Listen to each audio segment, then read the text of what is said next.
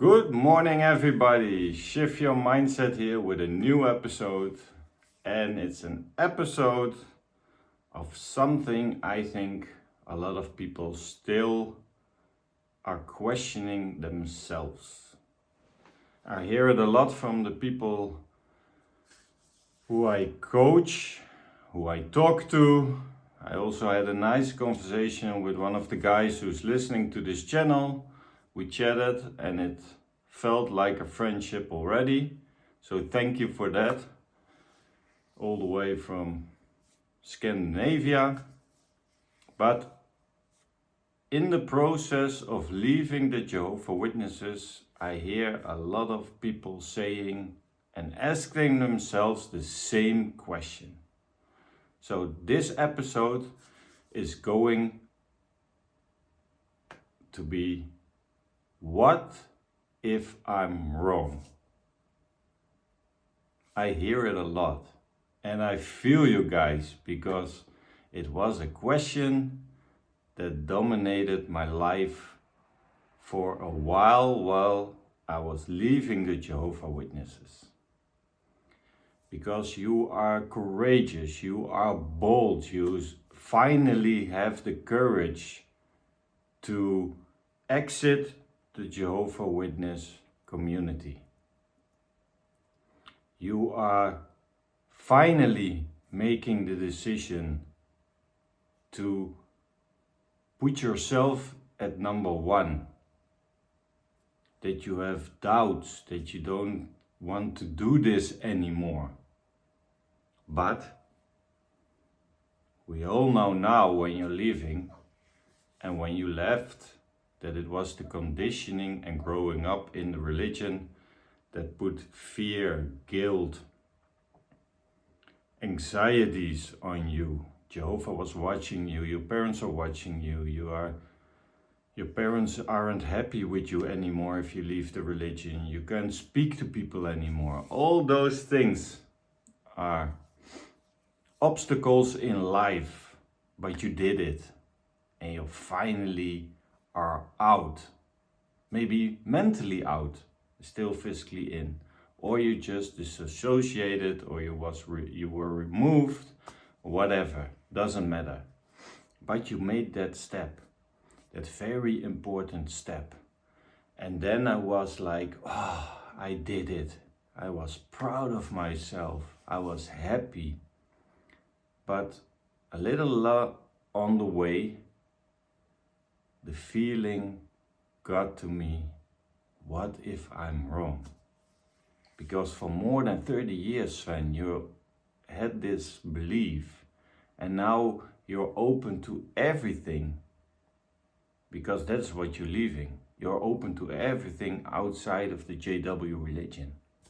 But I was asking myself, what if I'm wrong? Also asked it to my worldly wife, what if I'm wrong? And she reassured me that I'm not wrong, because otherwise you would have been in the JW religion.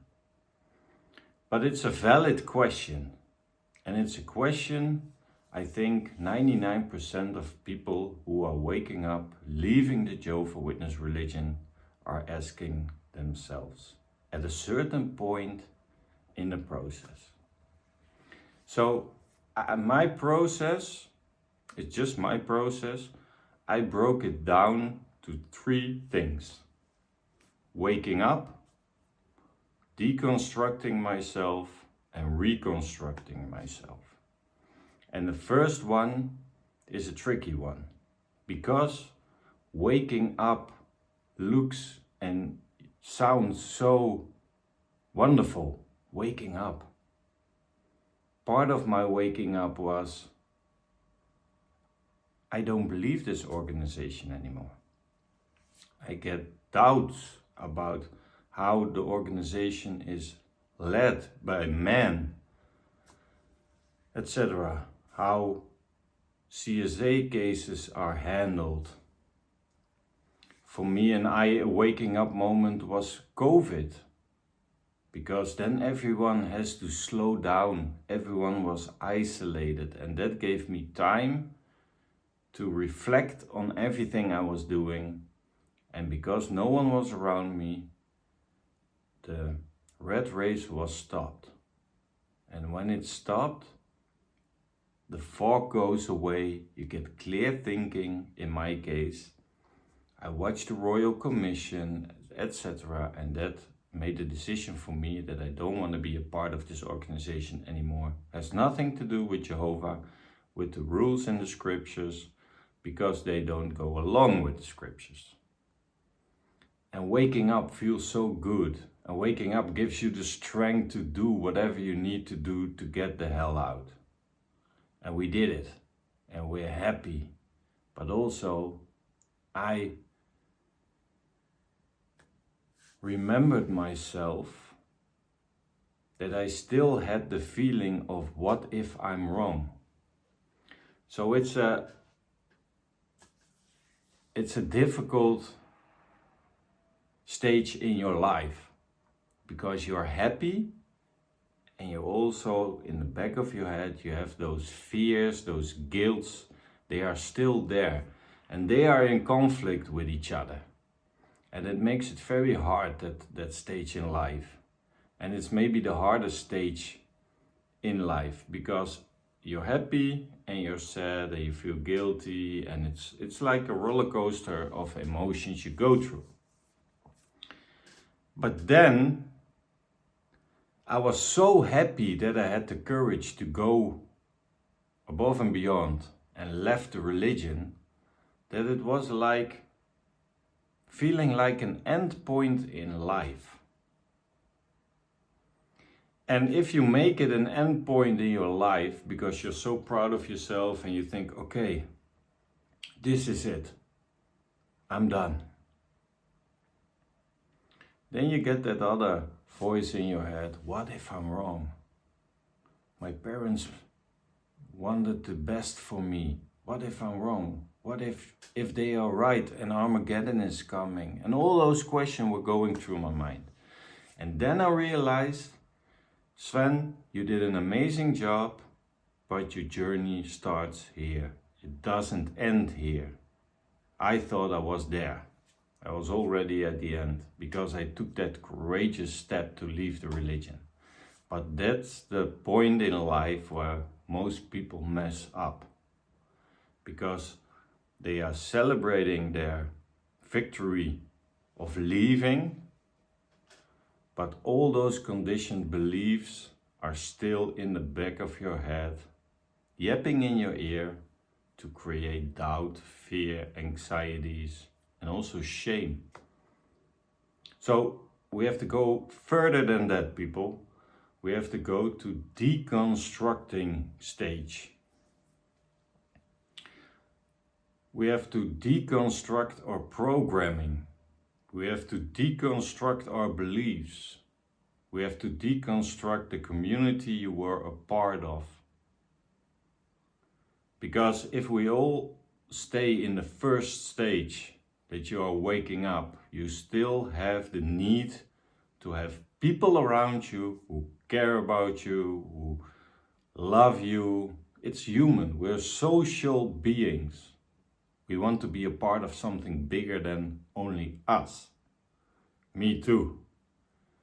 I want people also to like me in a way when I'm my authentic self. Not like me for who I can be or used to be, but who I am in this moment, my authentic self.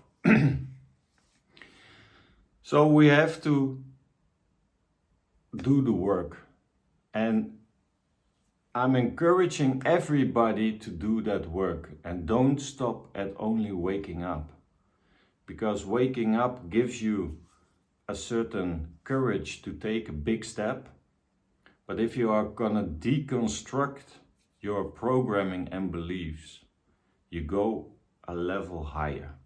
And I want you to go as high as you can, of course. It's also my goal, to improve every day. Every day I want to be a better version of myself. So I had to deconstruct my programming, my beliefs, and everything around that. You can do, well, little kick. You can do different things.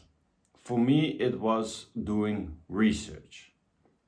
Australian Commission, how they're handling CSA cases, what the procedures are for the elders. I went to the elders book. I went to therapy to talk to someone who's an outsider and can relate and understand you and give you some valuable tips and tricks to handle life at that point. So we do it all in another way. It was for me a good thing to read very, very old literature of the Jehovah's Witnesses. Like, how was Russell? The fight between Russell and Rutherford. What was the intention of Rutherford? He was building things. He was loving the alcohol. He was the one who don't want beards anymore because Russell had one. He did everything to grab power. He introduced a lot of strange teachings that are still there. So for me it was a good thing to understand the history of the Jehovah's Witnesses, how they are making procedures and rules who are not in the Bible, that they fake that with new light, because it's an all other teaching. So if you go to another teaching, everyone who adapts that teaching is an apostate. That was for me the thing I had to do to deconstruct. The conditioning about someone judging me. The conditioning about not living in this moment, but postpone your whole life to something in the future, what's maybe never gonna happen. We don't know. No one was ever in paradise. So for me it was knowing that the truth wasn't the truth.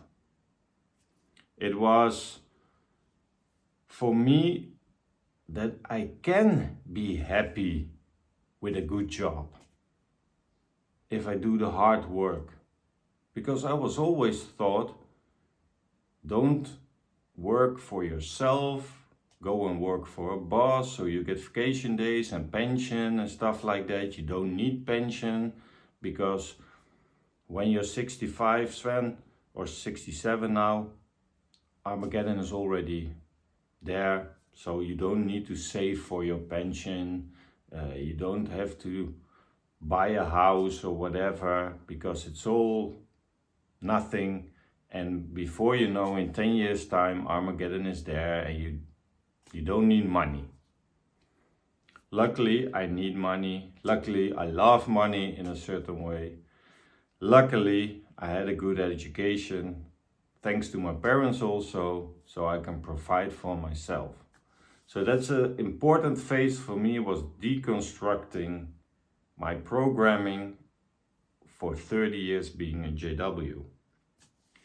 And deconstructing is also the one who that you can manage to stand on solid ground. Because it was, for me, being a JW was always a slippery slope. Oh, I can do that, and I was all over the place.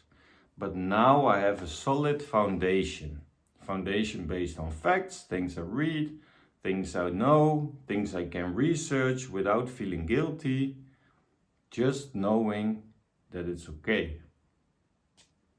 So deconstructing, the second phase for me, was creating a clean conscience.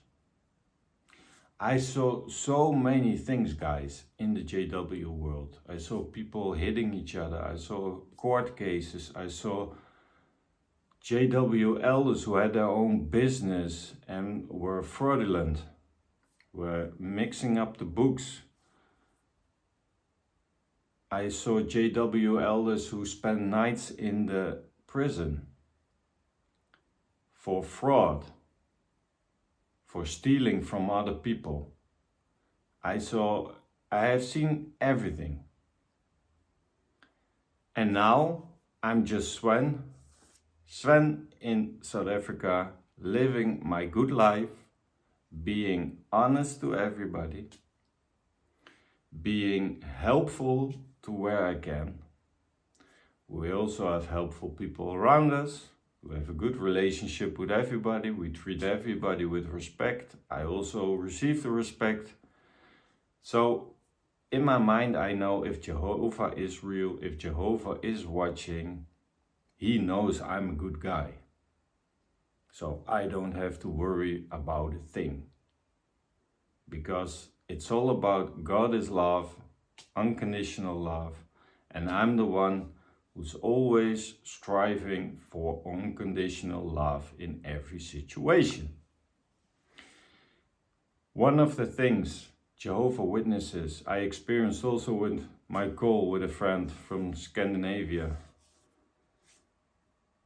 JWs always avoid the conversation. I had to deconstruct that one in myself. Waking up was not enough. I had to deconstruct my programming, that I also avoid difficult conversations.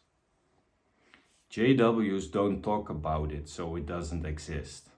If there's a problem in your family or whatever, they rather ignore you than doing the hard, honest talk with you. That's something I had to deconstruct from. So it was difficult for me. And I get slapped around by my wife, not physically, but with words, that I just have to be honest. Speak out. What do you think? What do you feel? What's going on? And that helped me, that little step, to be honest, respectful of course, but always honest at every time. If I'm feeling something, if I don't like something, if I don't want something, to speak out. So I was reconstructing my life. Reconstructing is for me that you have values in life, that you have certain beliefs, that your life has a new meaning, that you have hope, that you have a purpose. Don't sit around, don't wait for anything to happen, but make it happen yourself. You're the captain on the ship. We're not rearranging the deck chairs. Don't do things that aren't helpful at all. But I had to love myself again. I had to talk to myself. Sven, you can do everything what you want, where you put your mind on. So reconstruct your life, people. Life is too beautiful and time is too valuable to waste it. Because as a JW, we wasted a lot of time going door to door and seek for that one woman or man. If you calculate it, you have to do more than 10,000 hours in the ministry to convert one man or women to the truth. And you're not certain that they're gonna manage in the truth. Because my opinion is the ones who came out of the ministry after being baptized, they disappeared within 6 months. Because it was something else and they didn't expect that. Because they get love, they get attention and they get everything, but if you are baptized, you're just one of the rest. So you don't get that special attention anymore and that one-on-one time with everybody. And you see people leave again. Because that's what they're craving for. Just attention, not being lonely, stuff like that. And I thought with waking up also, I thought, oh, I'm gonna be lonely. I have no network, I have no friends. And I was just waiting for things to change. And that's also something you have to reconstruct. You don't have to wait for things. Go out if you want to go out. Buy an ice cream. Smile at somebody at the supermarket. You get the nicest conversations when you just smile. The other day I was at the supermarket with my wife and I was whistling a song because I heard something at the morning. I was whistling. Some guy, an older guy on the parking lot, was walking to me and he said, "You made my day. You're the first one who is happy and whistling while he's doing grocery shopping." He introduced us. He gave us a card, a business card, because we want to build something for us here on the plot, a tiny house with how we want it.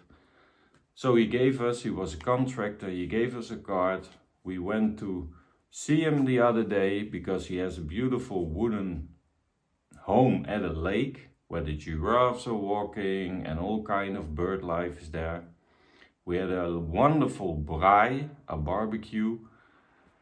We did a yoga class with his wife is a yoga teacher. I never did a yoga class, so I did a yoga class, and it was funny and it was helpful, and it was peace of mind at that moment in silence. And I'm not that stiff as I thought I was, so I did pretty well. And that's what just for one simple thing can happen in your life. So go out there, smile at somebody, start whistling if you want. Just make a little conversation, go around the neighborhood, help people where you can. If you see someone, if you go to the grocery and I see people walking, I always stop and they get in the car and I bring them where they want. Even if I don't have to be there at that point, doesn't matter. And people are grateful and you have a little conversation in the car and everybody is happy and you are happy also. So that's a valuable thing about reconstructing your life, your value, your belief. What's your hope? What you want to do? What's your purpose in life? Just find out what your purpose is. Just go, and if you have a wife or a husband, just sit together at night with a glass of wine or a whiskey or whatever and just talk about what you want to do in life. See if you're matching with each other and take a courageous step, because if you are taking one courageous step to leave the JWs, you can also take a courageous step maybe to go somewhere, to book a beautiful vacation, to help somebody out, to do good. And that's also one thing. When I was a JW, I was always thinking about myself in a certain way. I thought I was caring for the whole world because I did ministry, but that's not what giving you the real nice feeling inside of you, that you feel fulfilled, that you feel... I never felt fulfilled as a JW. And now I have new beliefs, I have new purposes in life, and that gives me solid ground. That gives me so much happiness, that gives me so much gratefulness. I'm more grateful now for every day that I see the birds. I never took the time to look at the birds and stuff like that. Yeah, I was walking with my dog in the forest and that was a nice time, but you are always busy with things. But just relax, enjoy the little things of life, your cup of coffee or a beautiful bird or whatever your hobbies are. Start doing that. Deconstructing your limited belief. Oh, I'm too old for that, I can't do it, it's too late now for me. That's all the old JW victim mentality. That you are postponing things because we are thinking about paradise and we are thinking about things after this life. But it's the here and now what we have. You only have now. And now, a second later, it was already history, it's gone. Now. It's all photos, moment, photo moments of the now, and decide what you want to do in the now. Not with your head, oh, I can't think, I can do that. That's all JW beliefs. But believe, hey, I want to do that. I don't know how, but I'm gonna do that.